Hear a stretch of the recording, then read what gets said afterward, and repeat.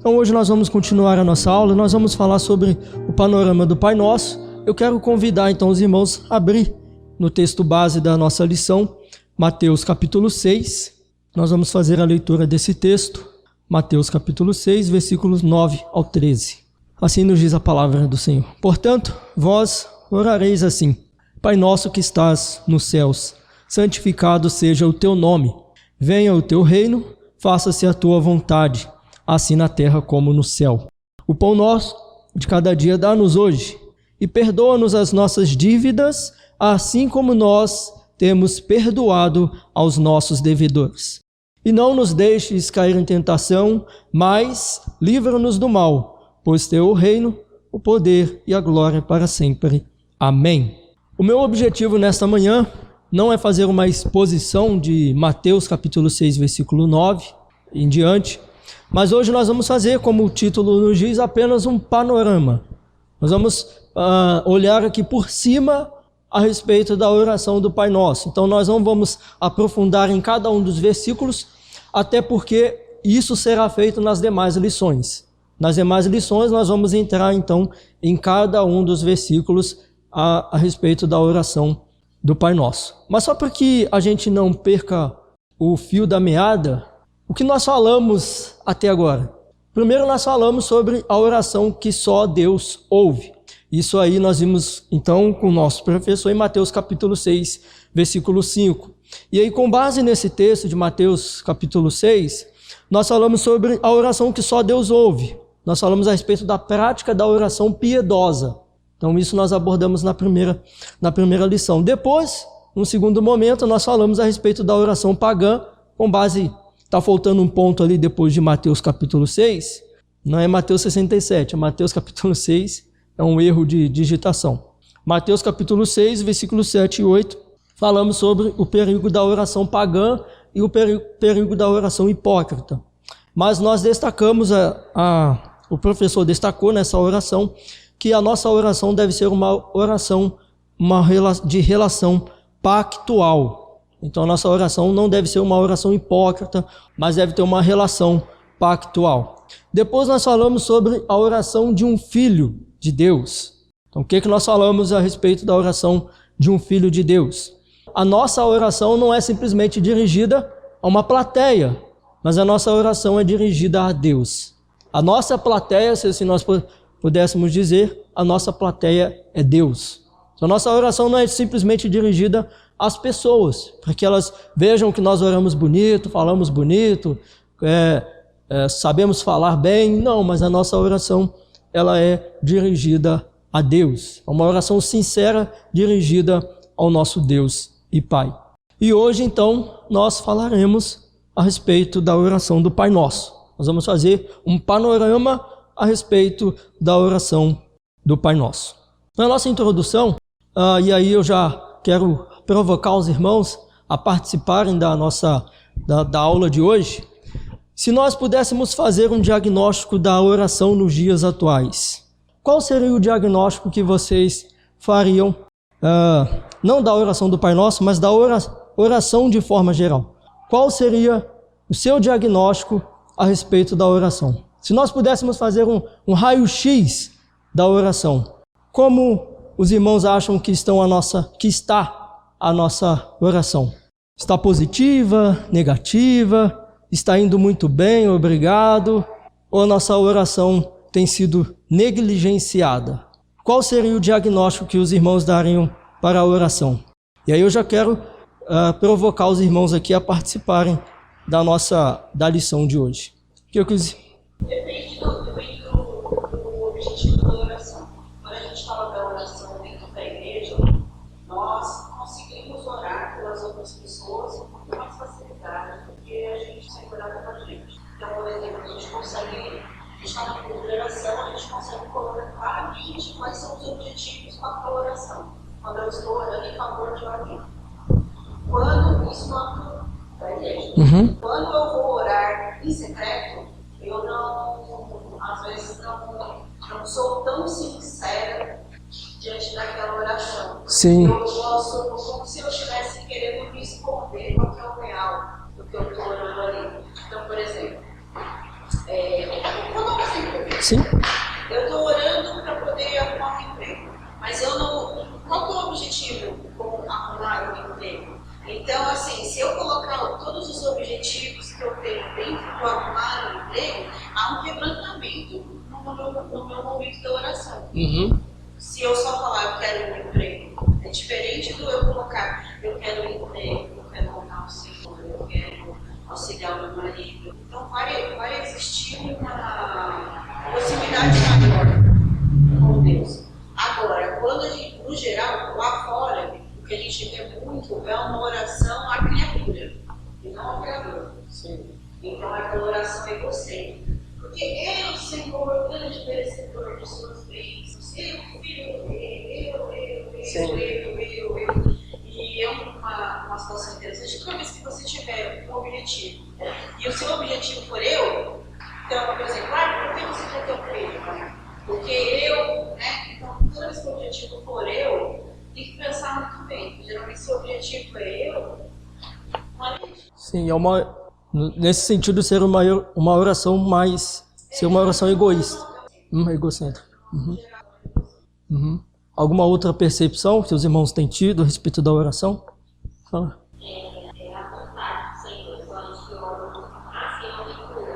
A gente quando fala assim, seja feita sua vontade na casa, a gente coloca, a gente quer a vontade, a nossa. A gente quer entender, sabe? Sim. Muito assim, mandar o nosso sapato é egoísta, né? Porque é o nosso eu, o si, mas é vontade de Deus. Sim. Para orar e esperar, né? E a gente também quer esperar até a. Sim. Então veja, quando nós fazemos aqui um diagnóstico, se nós pudéssemos fazer esse diagnóstico da oração, colocar a oração num quarto, num hospital e fazer o raio-x, o que nós podemos ver é um abandono gradual da oração. Gradualmente nós vamos abandonando a prática da oração. Gradualmente nós vamos deixando de lado. Parece que a oração não importa mais. Então gradualmente nós vamos abandonando. Materialista. As nossas orações têm sido muito materialistas, né? Nós pedimos muito a Deus, queremos muitas coisas, bênçãos aqui dessa terra. Bênçãos materiais, carro, casa, dinheiro, enfim, infinidade de coisas. E triunfalista. Muitos ordenam a Deus o que eles querem. Eu quero assim e faço assim. Triunfalista. Eu decreto, eu determino, eu exijo, faça assim. Então, se nós pudéssemos fazer de forma geral, né, um raio-x da oração nos dias de hoje, nós podemos destacar esses 3 pontos. Um abandono da oração materialista e uma oração triunfalista. Uma oração triunfalista. Quando essas terças-feiras, né? A minha oração foi ser mais grata. Porque a gente dormiu também, né? A gente agradece mais. Eu quero ser mais grata. Agradecer mais, né? Agradecer mais a Ele pelo que Ele tem nos dado. Pode falar. Tem uma das questões que a gente deve considerar, que na teologia, a oração, o foco, né, ela fica. A oração para nós. Quando a gente vai ter um jogo de futebol, qualquer coisa, é o Pai Nosso. O Pai Nosso ele é uma oração que faz parte da cultura religiosa do Brasil. E isso, de uma certa forma, trouxe para a igreja uma ideia de teologia da oração. É bom, eu entendi isso, mas as pessoas esquecem da aplicação dessa oração. Sim. E quando a gente fala, por exemplo, que essa oração ela adora a Deus, ela pede a Deus, né? Ela pede sustento cotidiano, ela pede perdão, mas tem um detalhe. Ela pede para que a vontade de Deus se prevaleça na terra igual ao céu. Sim. E quando a gente anda um pouco e conhece um pouco a teologia de alguns outros países acerca da oração, nós vamos encontrar também a oração do Getsemane como base da oração. E a oração do Getsemane é parte da oração do Pai Nosso, mas também muitos pastores, muitos teólogos eles focam também na doutrina do Getsemane, porque é uma oração que faz cumprir a vontade de Deus no céu como na terra, quando Jesus disse, seja feita a minha vontade, a tua vontade. Então, não pode ser erro, mas falta um pouco na nossa teologia, na oração, essa ideia de que a vontade prevaleça a vontade de Deus. E a gente faz uma mescla de muitos assuntos, muitos temas dentro da oração do Pai Nosso, e menos que a gente foca é na vontade soberana de Deus. Sim. Aqui, na verdade, não sei se faz tipo ao Mateus, a oração do Pai Nosso virou Mateus 7, 6, 7. Assim, porque virar grandes atenções, a gente não Eu fui fazer um relógio 2 semanas atrás, lá de Copa da Terra, e no final, no exercício fúnebre, eu passei para um pastor, o filho dele, fazer uma oração. E aí ele fez oração, eu fiz oração, e citou o Pai Nosso no final, todo mundo, parecia jogo de futebol de espírito. É o jeito que as pessoas participam. Mas como é interessante isso, né? E de uma forma direta, isso fica muito diretamente no nosso conceito de oração. A nossa percepção da realidade também, né? Da nossa cosmovisão, como nós nos relacionamos com as coisas aqui, né? E como era isso, também todas as intenções. Então, no modelo gradual, você pode ver que até o ensino, né? Quando estava com dificuldade, momento de doença, falar, ora por mim. Mas na mudança, quando ele está lá bem, ele não lembra disso. Ele só quer os prazeres dessa terra. Mas quando está mal, ele fala, ora por mim. Igual aquele dia, o irmão falou assim, ora pela minha mãe. Aí eu disse, tá, ela é cristã? Não, ela vai lá na Universal, coloca depois que ela vai ser curada. Não mudou, não falou bem. Ela lembrou, Senhor. Lembrou. Exato. Mas na oração do Pai Nosso, nós temos um modelo a ser seguido. Quando nós falamos de oração, até a respeito desse abandono gradual, dessas orações materialistas, triunfalistas, né, que seja feita a minha vontade, nós temos na oração do Pai Nosso um modelo a ser seguido. Então veja, na nossa contextualização da oração do Pai Nosso, primeiro nós precisamos entender o contexto onde está inserida a oração do Pai Nosso, que é no Sermão do Monte. Então, lá em Mateus capítulo 5, quando Jesus começa a ensinar os seus discípulos, esse é o contexto da oração do Pai Nosso. Quando Jesus está ensinando, de certa forma, os seus discípulos, e não apenas os seus discípulos, mas também uma multidão que ali estava ouvindo Jesus. Então, aqui a oração do Pai Nosso é um modelo de um sermão. Jesus está dando um sermão aqui na oração do Pai Nosso. E aí nós vimos o que Jesus ele ensina no Sermão do Monte, o que fazer e o que não fazer. Nós vamos ver isso no decorrer do Sermão do Monte. O que os discípulos deveriam fazer e o que não fazer. E aqui na oração do Pai Nosso, Jesus ele vai ensinar o que eles deveriam fazer. Diferentemente, agora Jesus vai dizer, então, portanto, por isso ele começa no versículo 9, portanto, depois de ele ter dito tudo o que eles não deveriam fazer, fazer oração pagã, orar como os hipócritas, aqui ele vai dizer, vocês devem orar assim. E aí ele começa dizendo, Pai Nosso, e aqui o contexto é Abba, é um contexto de mais intimidade. Isso para os judeus era terrível, você chamar, como se você estivesse chamando Deus de paizinho. Então, isso para os judeus era um escândalo. Mas Jesus está mostrando, eu não vou aprofundar aqui, porque nós vamos falar isso nas demais lições, mas isso Jesus ele mostra, mostra que nós devemos ter uma relação com Deus, de intimidade, uma relação pactual com Deus. Então, esse é o contexto da oração do Pai Nosso. É esse contexto do Sermão do Monte, onde Jesus está ensinando os seus discípulos e também aquela multidão que o estava ouvindo. E por que isso é importante destacar? Porque isso é diferente de Lucas capítulo 11. E aí eu peço para que um irmão abra Lucas capítulo 11 e faça a leitura do versículo 1 ao 4. Então, lá em Lucas capítulo 11, nós também temos um relato da oração do Pai Nosso. Mas os irmãos vão observar que é diferente o relato. Lucas capítulo 11, versículos 1 ao 4. Quem achou pode ler. Ele já estava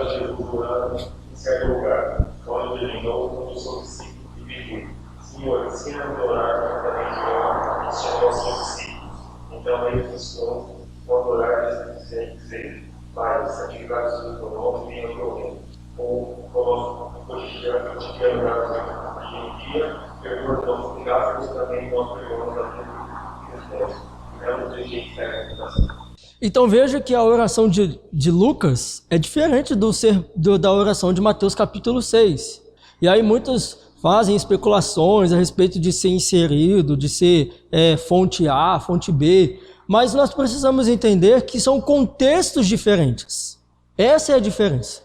Aqui em Mateus capítulo 6, Jesus está no sermão, está ensinando no monte, com uma multidão, não apenas para os seus discípulos. Mas em Lucas capítulo 11, Jesus está a sós com os seus discípulos. É um contexto totalmente diferente. Jesus, ali em Lucas capítulo 11, Jesus não está dando um sermão, como ele está dando em Mateus capítulo 6. Então Jesus está, em Mateus capítulo 6, Jesus está instruindo uma multidão, de forma geral. Mas em Lucas capítulo 11, Jesus ele está instruindo os seus discípulos de forma mais pessoal. Isso é importante destacar, porque os irmãos muitas vezes já ouviram ou vão ouvir falar a respeito dessas diferenças da oração do Pai Nosso. A qual é a oração correta, como nós devemos fazer. Irmãos, Mateus capítulo 6, Jesus está dando um sermão. Então ele está instruindo não apenas os seus discípulos. Em Mateus capítulo 6, Jesus está pregando. É isso que Jesus está fazendo em 6, Mateus capítulo 6. Ele está pregando. Em Lucas capítulo 11, Jesus está ensinando os seus discípulos de forma mais pessoal. Portanto, a oração do Pai Nosso é um parâmetro para as nossas orações e pode ser usada como um modelo. Então, Mateus capítulo 6 é um parâmetro para todos nós e ela pode ser usada como um modelo. Na pergunta 186, o Catecismo Maior de Westminster nos é dito: qual a regra que Deus nos deu para nos dirigir em oração? E a resposta a essa pergunta é: toda a palavra de Deus é útil para nos dirigir em oração, mas a regra especial é aquela forma de oração que o nosso Salvador Jesus Cristo ensinou aos seus discípulos, geralmente chamada oração dominical. Então, em Mateus capítulo 6, nós temos a regra que o Senhor nos deu de oração, como nós devemos nos dirigir ao Senhor em oração. Mas aí entra outra questão, até como foi falado aqui, a respeito de vã repetições. E isso o catecismo ele vai tratar também. Na pergunta 187, ele diz: como pode ser usada a oração dominical? E a resposta é: a oração dominical não se destina apenas para a direção como modelo, segundo a qual devemos orar. Ela também pode ser usada como uma oração, contando que se ore com entendimento. Então, a oração do Pai Nosso ela deve ser feita com entendimento. Não deve ser apenas uma reza decorada. Ela deve ser com fé, com reverência e outras graças necessárias para o bom cumprimento do dever da oração. Então, a oração do Pai Nosso, em Mateus capítulo 6, ela é um modelo que nós temos. Mas apesar de ser um modelo, ela não deve ser usada como uma regra, como uma reza decorada. Eu cito apenas os textos, mas não sei do que eu estou falando, não sei do que se trata, não sei porque que eu estou chamando Deus de Pai, não sei dessa relação que eu tenho de Deus com o Pai, eu não sei o que é o reino, estou pedindo que o reino venha, mas eu nem sei que reino é esse. Então, a oração do Pai Nosso ela não pode ser simplesmente uma reza decorada. Alguma pergunta até aqui? Alguma questão? É uma questão também importante, a questão histórica e teológica.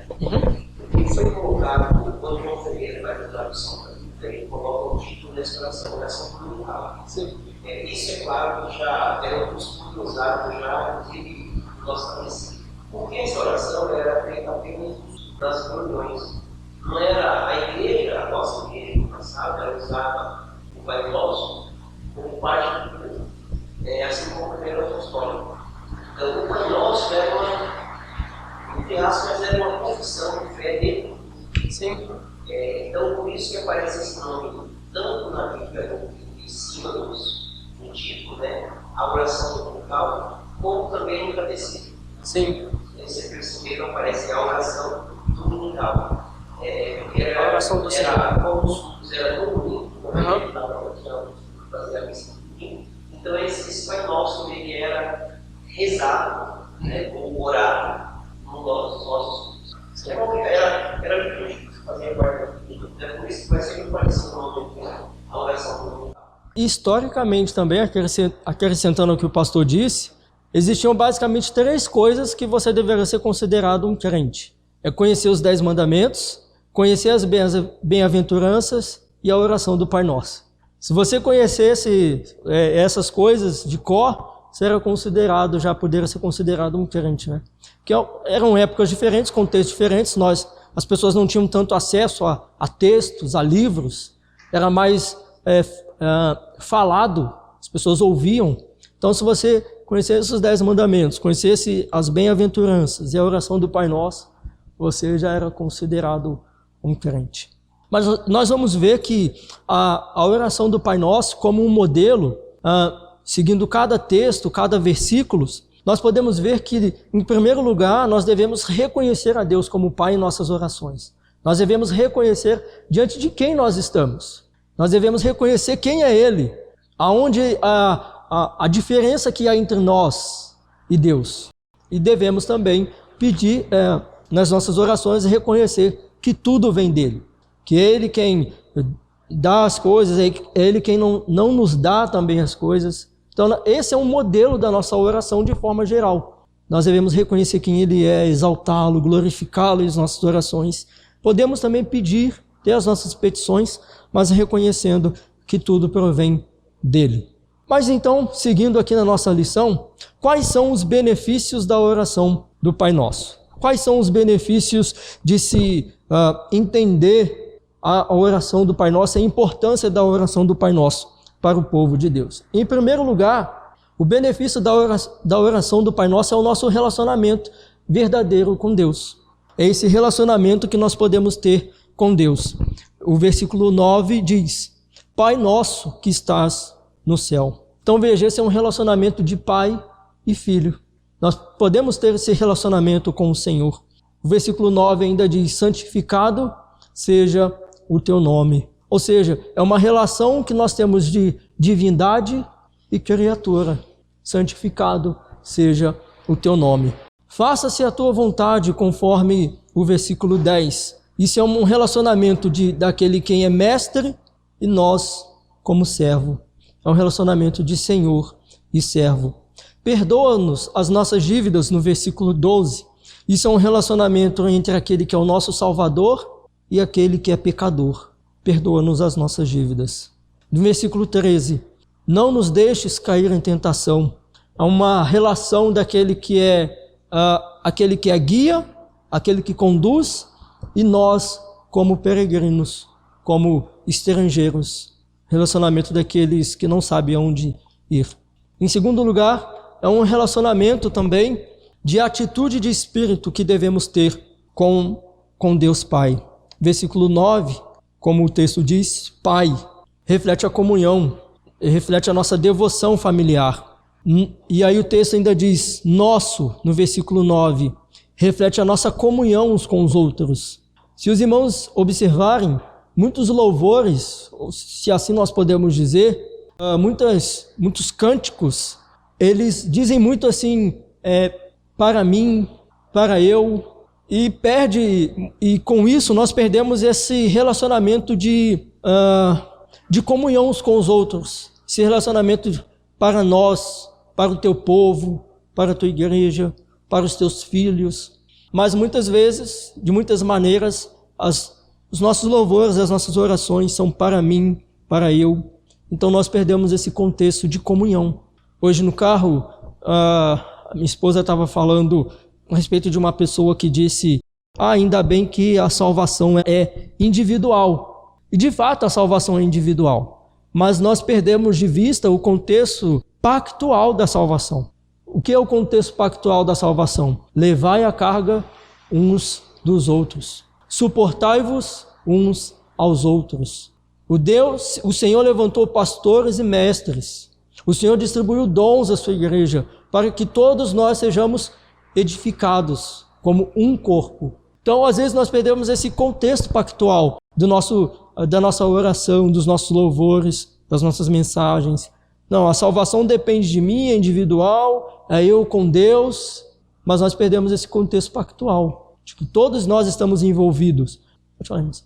Isso eu tenho comigo, né? Eu também se eu falo com você, eu também a salvação individual, agora é um cuidando do outro, fortificando o outro, exortando o outro, para que todos nós sejamos conformados como um corpo à imagem e semelhança de Jesus. Então, às vezes a gente fala, de fato, a salvação é individual, mas nós temos esse contexto pactual da Bíblia, que todos nós, como um corpo, somos edificados. E a oração do Pai Nosso expressa isso. Como nós podemos ver, pão nosso de cada dia, perdoa-nos. Então veja que é um contexto de comunhão, contexto de família.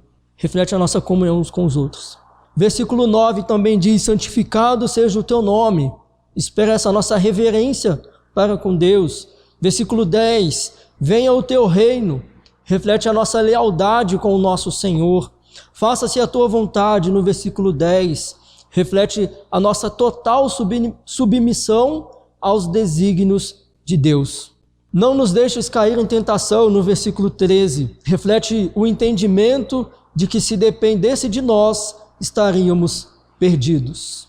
E também, por fim, a oração do Pai Nosso destaca a nossa prioridade. Primeiro nós vimos que a oração, nos benefícios da oração do Pai Nosso, nós vimos que ela reflete o nosso relacionamento verdadeiro do crente, do cristão com o Senhor, reflete também a nossa atitude que nós devemos ter com Deus e, por fim, reflete a nossa prioridade. Em primeiro lugar, a nossa prioridade deve ser o reino dos céus. Essa deve ser a nossa prioridade em nossas orações. E, em segundo lugar, a nossa preocupação deve ser com as nossas necessidades. Irmãos, nós jamais podemos inverter essa ordem. As nossas orações não devem ter como prioridade as nossas necessidades, aquilo que nós precisamos, aquilo que nós queremos. As nossas orações devem refletir, em primeiro lugar, a necessidade do reino dos céus. Deve refletir, em primeiro lugar, a vinda do reino dos céus, o estabelecimento do reino dos céus, a santificação do nome de Deus, o engrandecimento do nome de Deus, a glória de Deus. As nossas orações devem refletir isso. E em segundo lugar, em segundo plano, as nossas necessidades, aquilo que nós precisamos. Portanto, a oração do Pai Nosso é um modelo de conversa entre pais e filhos. Para a nossa aplicação, eu separei aqui uma frase de Alistair Begg, no seu livro, um livro muito bom, eu indico aos irmãos, o Alistair Begg, no seu livro Ore Grande. E nesse livro ele fala como aprenda a orar como um apóstolo, da editora Trinitas. Muito bom, um livreto aí que você lê numa sentada. Nesse livro, ele diz o seguinte, nossa conversa com Deus no privado revela o que está em nosso coração. A oração, quando nós oramos com Deus no privado, reflete o que está em nosso coração. Ouça alguém ou você mesmo orando e você terá uma janela para o interior dessa pessoa. Já viu pessoas que, quando você vai conversar com ela, só fala de futebol, só fala de carro, só fala de dinheiro, só fala de trabalho, só fala das suas necessidades. Isso reflete o que está no seu interior.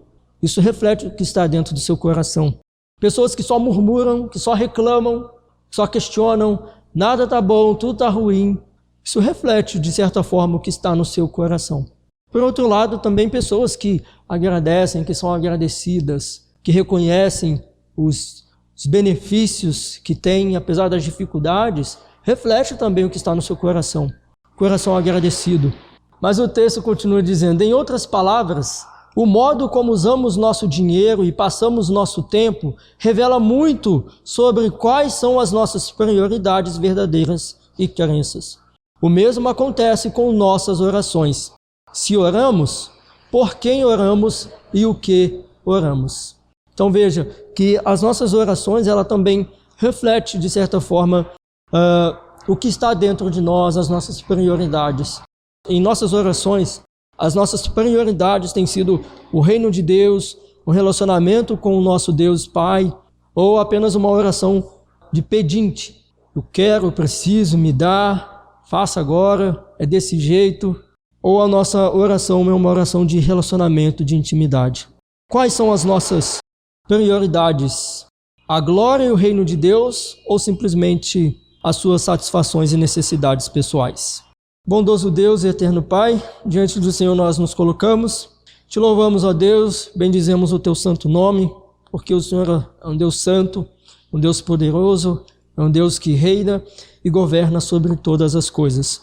Te louvamos pela vida, te louvamos, ó Deus, porque o Senhor tem nos dado, tem suprido as nossas necessidades. Te louvamos, Senhor, porque o Senhor permitiu que estivéssemos aqui nesta manhã. Te louvamos, ó Deus, porque o Senhor nos salvou, o Senhor livrou-nos dos nossos pecados pela morte e ressurreição de Jesus, nosso Senhor e Salvador. Te louvamos também, ó Deus, porque podemos nos achegar ao Senhor como filhos e podemos pedir ao Senhor, podemos clamar ao Senhor, podemos rogar ao Senhor pelas nossas necessidades, anseios, angústias e aflições. Te louvamos por tudo isso, ó Pai. Ó Deus, continue a falar conosco, ó Pai, nos louvores, nos hinos que serão entoados e também na mensagem que será exposta esta manhã. Que todos nós sejamos conformados à imagem e semelhança de Jesus. Assim nós oramos, com perdão dos nossos pecados, em nome de Jesus. Amém.